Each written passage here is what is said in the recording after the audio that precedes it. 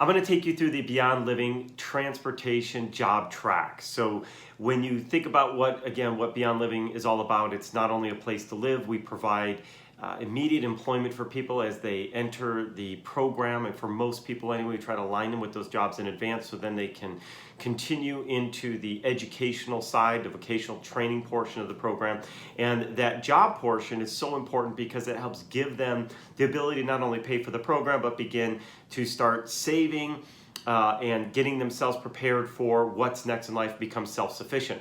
So one of the core job tracks that we've created is in the area of transportation, and I'm going to take you through each of the elements that we have. Three main areas that breaks into, and it depends on each individual program participant, depending on their needs, what's right for them, given their skills, given their background, etc. So before we go in depth into those, I want to explain why the transportation space. One of the reasons we love the transportation kind of industry is that the skill sets are pretty open, meaning lots of people can qualify very easily to be in the transportation space. If you have a driver's license, that's obviously probably one of the most important pieces of this, is you have to be able to drive. You don't need any special licenses, no CDL licenses or anything like that. If you don't have a driver's license, then you can always be what we call an assistant on the jobs. Not all types of roles in the transportation space actually have a need for an assistant, but most do. And especially as we go through this, you'll begin to see where those become important or not to have those assistants. So let's kind of break those down, those three different spaces within transportation. The first is in the area of, we kind of bucket into commercial. And commercial, what that means is that we've got a relationship with a kind of think of a big name company. It's more of the commercial space. I mean, we're working with actual corporations, and examples of this would be Lowe's or Home Depot, UPS. Sometimes they're freight companies, and the idea is these companies are big companies that have a continuous stream of transportation needs. Wayfair is an example. Wayfair is a place to go online, order some furniture, and then it gets shipped and delivered to the home. And so they need people to go not only deliver that furniture, but sometimes even put it together. Things like companies like Lowe's, Home Depot, you order a refrigerator. Well, you have to bring the refrigerator in, and then you even connect up the water line. So there's some installation elements to that as well. So that's one area of commercial. Now, those are perfect examples where those types of jobs have a driver who actually drives the truck, and these are typically box trucks that we're utilizing. And then in that truck, you've got somebody else that's a helper or assistant on that role, and their job is to help as part of those installation processes, because these are sometimes at least for one person, certainly it's a heavy piece of equipment. Could be a stove, like I said, a refrigerator, washer, dryer, things like that. So you've got to actually get it loaded into the home, and then of course there's the installation part of it. So that's what I would call more of the installation and kind of more to consumer. We're working with the businesses, they're the ones that hire us, but ultimately we're kind of interfacing with the end consumer at the end of the day in that site, but all under the commercial realm.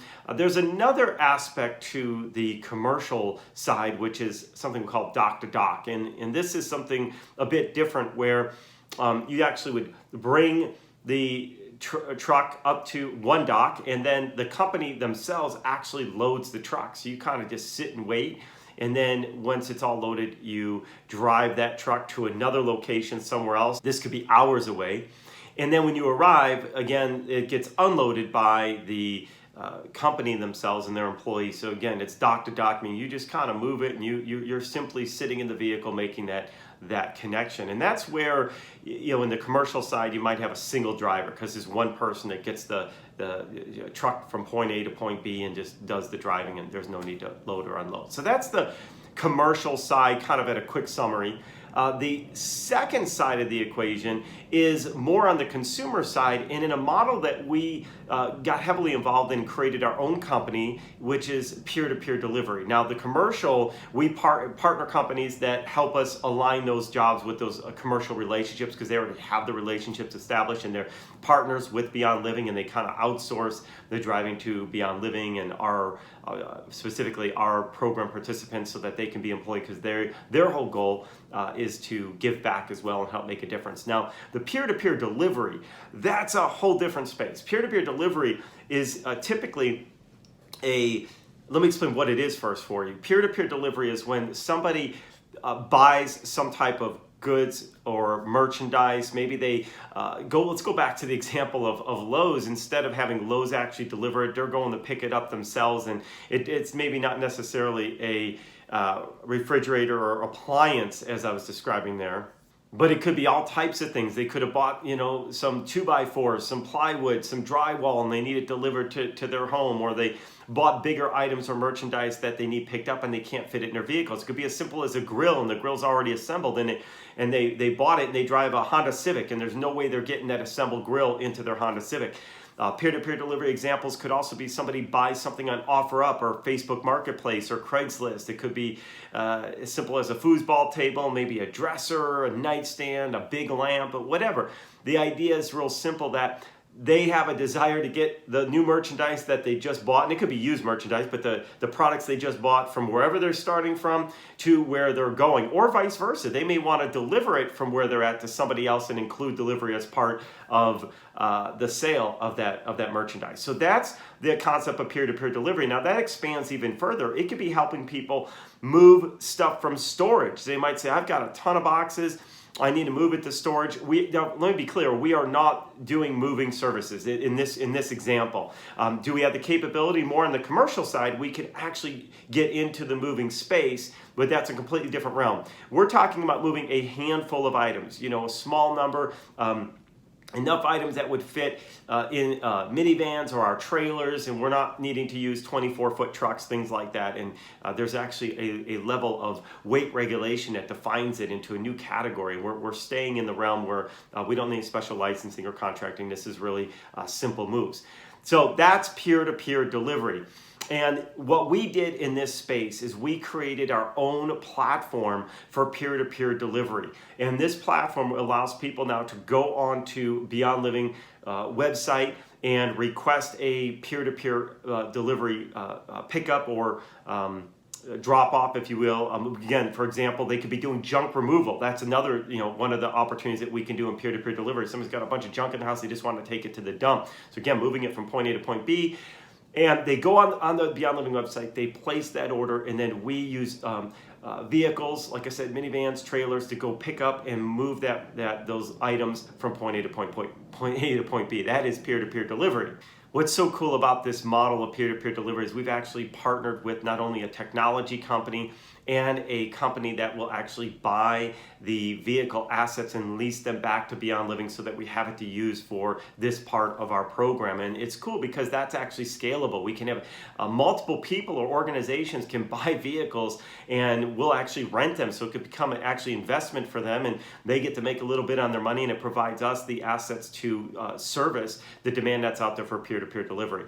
Now you're thinking to yourself, well, how big is this peer-to-peer delivery? Maybe you've never heard of it before, but I will tell you this: when we first went into this space, we didn't realize how big this demand there is for this. And if you think about, there's companies like GoShare, Dolly, Uber even has their own version of peer-to-peer delivery called Uber Connect. So they're doing that as well. Peer-to-peer delivery can also include courier services. So it doesn't even just have to be big items. It can be simple as courier services. But here's the difference.